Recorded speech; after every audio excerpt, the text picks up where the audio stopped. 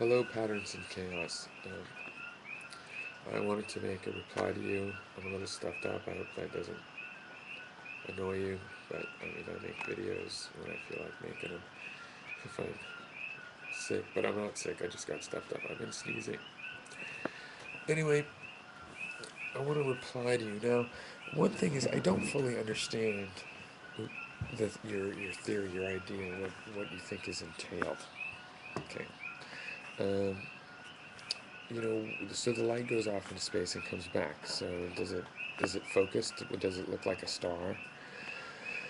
You know what I mean? Um, is it more than one of the stars, or I'm not really sure what the implication is of what you're saying. Um, okay, so I want to talk about this one assertion though that you have made. See that I disagree with so far, and I still want to learn the whole lot of your idea. But you've already made an assertion that you say your idea is based on that I have dispute with or something. I'll tell you the details. You say we know space is curved. Okay. For space to be curved has a particular meaning. Uh, to say that we know that, refers to this meaning in physics of a curved space.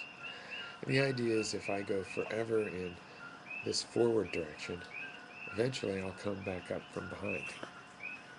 Okay, that's weird, but that's how it is on the surface of a sphere. Okay, a surface of a sphere is a two-dimensional space, and if you go forward long enough, you come up around behind. So the idea of our space being a curved space means that we're a three-dimensional surface of a four-dimensional sphere. Okay, and people probably thought of this thing because of time possibly being a dimension. Um, and in which this is done. But it doesn't have to be time. There could be a fourth dimension of space we just don't perceive for some reason, um, because we're in this dimensional cross section. Maybe we have a little bit of four-dimensional cross section, but like an ant on the surface of the Earth, um, for all intents and purposes, uh, we can't tell that we're on this curved surface. We are live in a two-dimensional space. Maybe an ant on a Earth-sized pool ball, would be no features. So it would be living in a two-dimensional space. But it's actually there's this curvature. It'd be so slight you can't tell it. Just like on Earth, we can't really tell that. So if if space is curved, there's three kinds of curvature that you really consider. One is closed, where it would be just like the sphere I just said.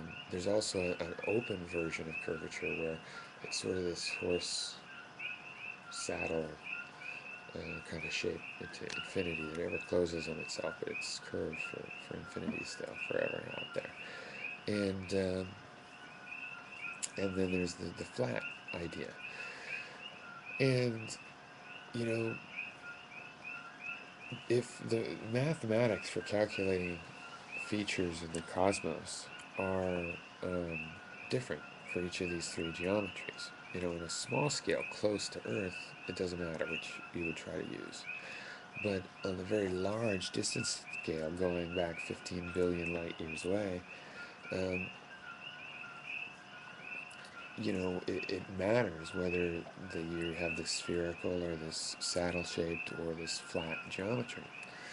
So WMAP was put up 5 years ago, and before that they looked at the whole sky and measuring temperatures from light that goes back to the beginning of the universe, or even if you don't believe there's a beginning, it's 15 billion years away. This light finally reached us, and the shape that they see in the WMAP. Um, I'll link the page. That's a good NASA page on this. The the patterns on WMAP indicate which of the geometries is, the correct one. In other words, you can see in the pattern of this microwave variation in the whole sky survey which of the three geometries must be in use. Okay? And because it makes a difference. If we're on the surface of a sphere, ultimately it makes a difference. I mean, that's not a Euclidean geometry. Okay? It's a bit strange. And I'm not surprised if space is flat. I always thought the curved idea was a little bit, it's interesting. But I don't know. If it was curved and time was the fourth dimension, it's interesting. That means that everything that happens is going to repeat. That would be kind of interesting. But why would it suddenly be spherical and that for us it's sort of flat surface in a spherical space? But anyway, with WMAP, they measure these shapes to 2%. The average width of the variation pattern in the cosmos, it tells you which of these models is going to apply, and so it's flat. Now, maybe that's not the definition of curve you want to use, but I mean, using their definition of curved, then these readings are able to measure if it's curved or not. See, because scientific theories always have to be measurable. So they finally managed to do the measurement, and it's not curved, it's flat. So it looks flat by this definition of flat. So we don't know that it's curved. Okay, it's looking pretty flat. Now, that's to within 2%. So that means there's still a 2% chance that the universe is curved. It's very subtly curved. And it could very well be. Maybe it's just very subtly curved.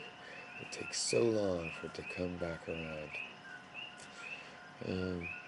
Probably the whole universe would disintegrate into dust by the time it could ever recoalesce into another Big Bang of the same exact event again.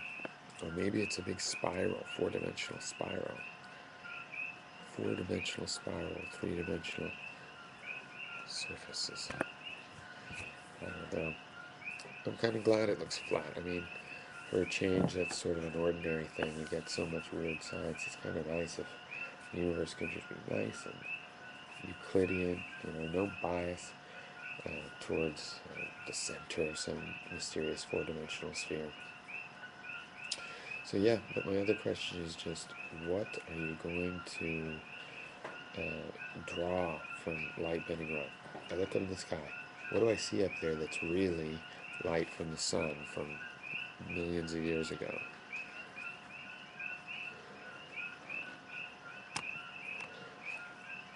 Okay, I'll find this. I've lost track of the